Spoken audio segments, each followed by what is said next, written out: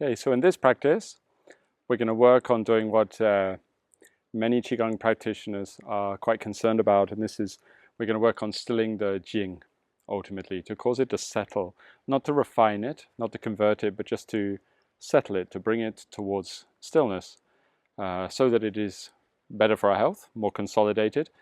And also, if you are an advanced practitioner, you can use that Jing for whatever your practice might be once it is more still. Ultimately, one of the functions of the mind, or one of the results of the mind moving into a state of desire, is the Jing is disturbed, and vice versa. The more the Jing is disturbed, the essence is disturbed within the body, the more prone we are to essentially following or being led by these kind of base desires. So obviously on a day-to-day basis, that maybe allows us to function and maintain our relationship with loved ones perhaps, or something. But on the other hand, some people are too driven by their desires. That Jing is, energetically we would say the Jing is moving too much. Of course, there's other correspondences in the body to do with the kidneys and the heart and things like this, but essentially the basis of it would be the movement of the Jing. So we wish to bring that Jing still. Now, of course, the more it stills, it also consolidates. So curiously, this kind of practice can also assist with fertility issues as well, even though that's strange. It sounds like they might be diametrically opposed, but not at all, actually. On top of this, it also helps to still the mind in general and moves a person out of fight or flight. So it can be very useful for many levels and many practices for sure. So what we're going to do is, first of all, we're just going to sit and breathe. And then what I'll do is I'll gradually guide you through our practice to stilling the Jing. Afterwards, you might want to then move on to practicing some kidney Qigong. For example, the Huiqian kidney Qigong that is taught within my school, or that I shared publicly, can help with this as well. So sometimes like a full practice for the kidneys in essence might be this session and then the other session, but it's up to you, you know. Try, feel for yourself as much as anything. Learn an exercise, do it a few times, feel what it does for you. But to begin with, we will sit, spine upright, and just allow the body to breathe of its own accord, in and out through the nose. Don't contrive anything, don't force anything, just breathe. I pay attention to the body, and then I'm going to turn my hands over and touch, very simply, the index finger and the thumb together, a very common mudra in Indian, Chinese traditions, yeah. And I just place them onto my knees. And this mudra will just help me to focus the mind. But I don't try to concentrate, the hand shape does it for me. I just relax, pay attention to my breathing, and allow the body to breathe of its own accord. We'll stay like this for just a few minutes.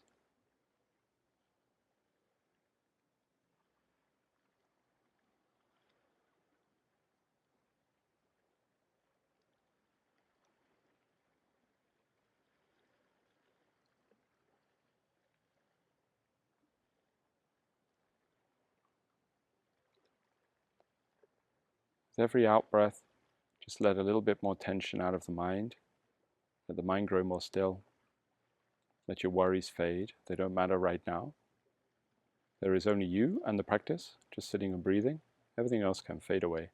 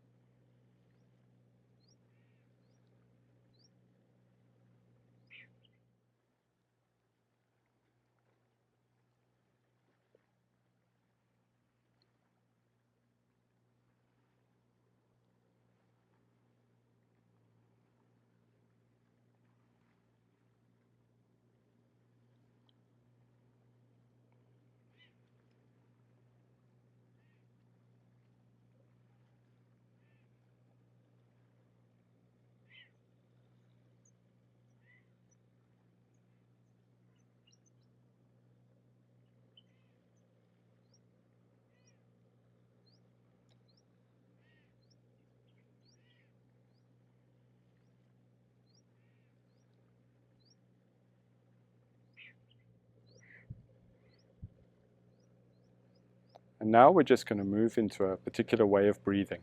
So my body can stay where it is. But what I'm going to do is a particular way of manipulating the breath, a little contrived perhaps, something we have to do to a certain degree. And this breathing method is going to help to direct the Jing down and direct the Jing in. So it starts to help it to consolidate. Ultimately, what we do is we breathe in through the nose and just allow the body to breathe of its own accord.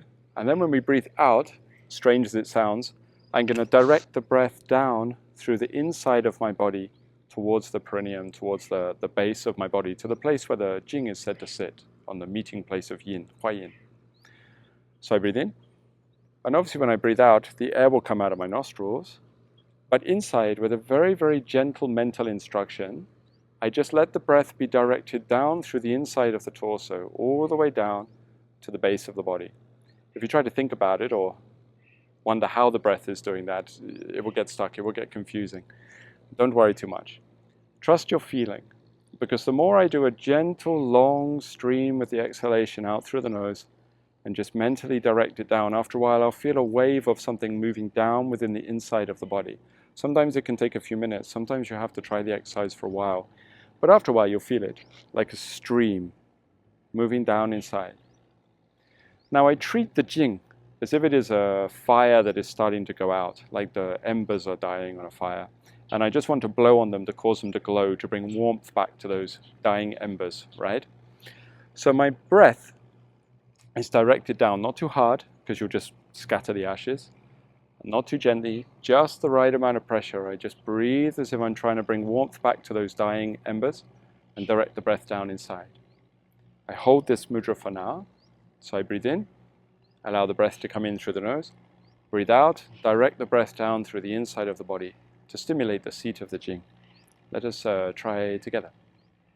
On your own, just practice.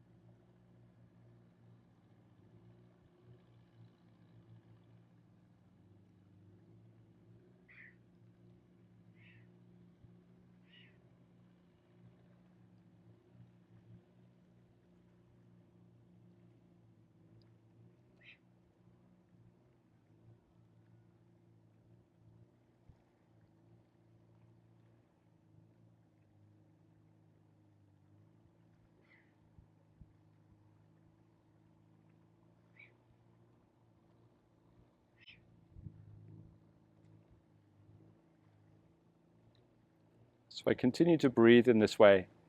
After some time, maybe practicing for a few days, so regularly working on this exercise, first of all, sometimes there can be warmth down in the base of the perineum. And then after a while, that feeling of breathing down starts to make it feel like things are moving in a little bit, gathering. When this is happening, then the Jing is starting to consolidate.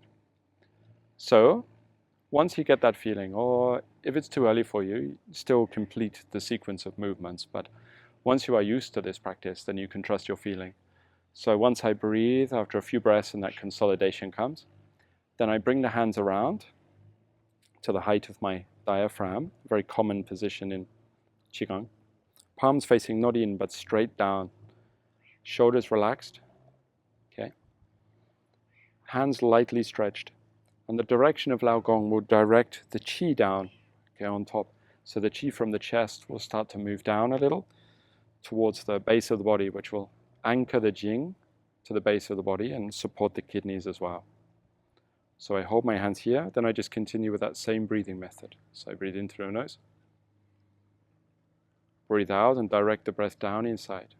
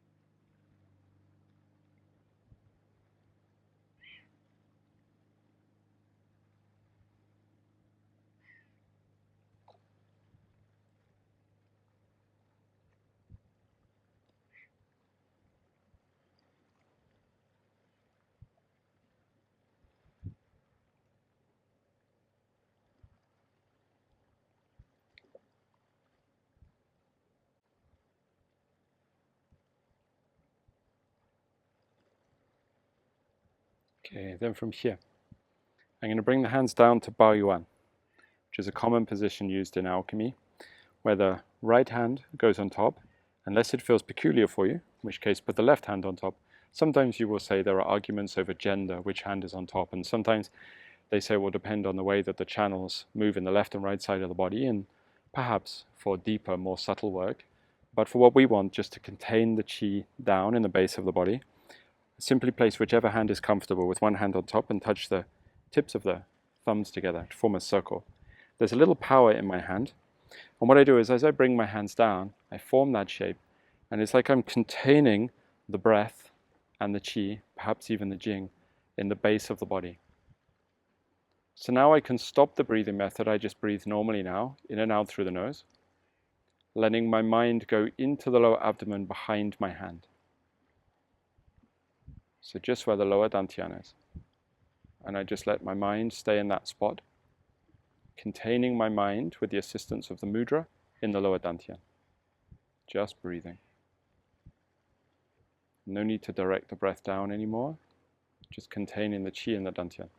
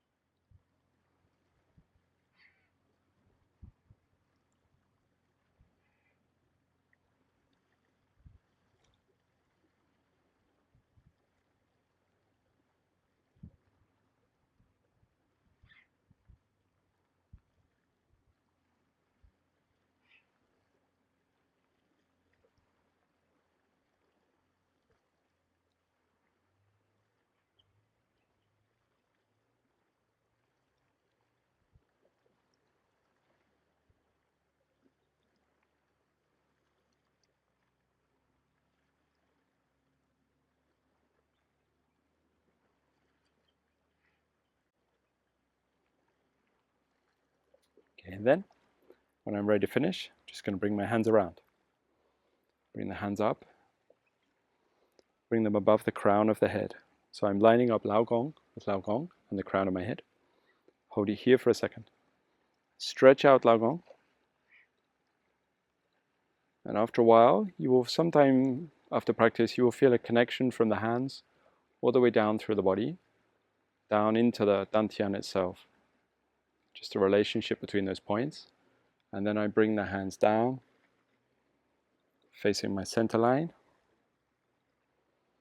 back to Bayuan. I do this 3 times. So second time, this is the correct speed. Around, hands in, and then down. My palms are facing but not touching my body. And then Bayuan. And then a third time.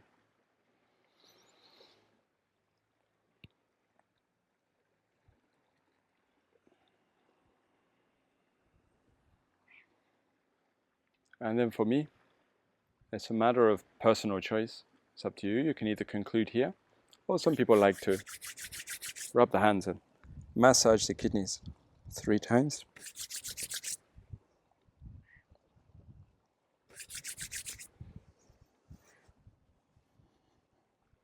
Then press into the eyes, go over the temples, behind the ears, down the neck. Just to make sure, not that it should, because you're directing everything down anyway, but just in case, to make sure nothing is moved up through those gallbladder channels that you can rise up there sometimes when people are too tense, too anxious when they do Qigong. So just want to pull that down. And when we're done, take a few deep breaths. Make sure you don't stand up too quickly or you've got dead legs and you roll an ankle or something. That would be embarrassing and painful. So we just twist the body around and then, yeah, conclude your practice here.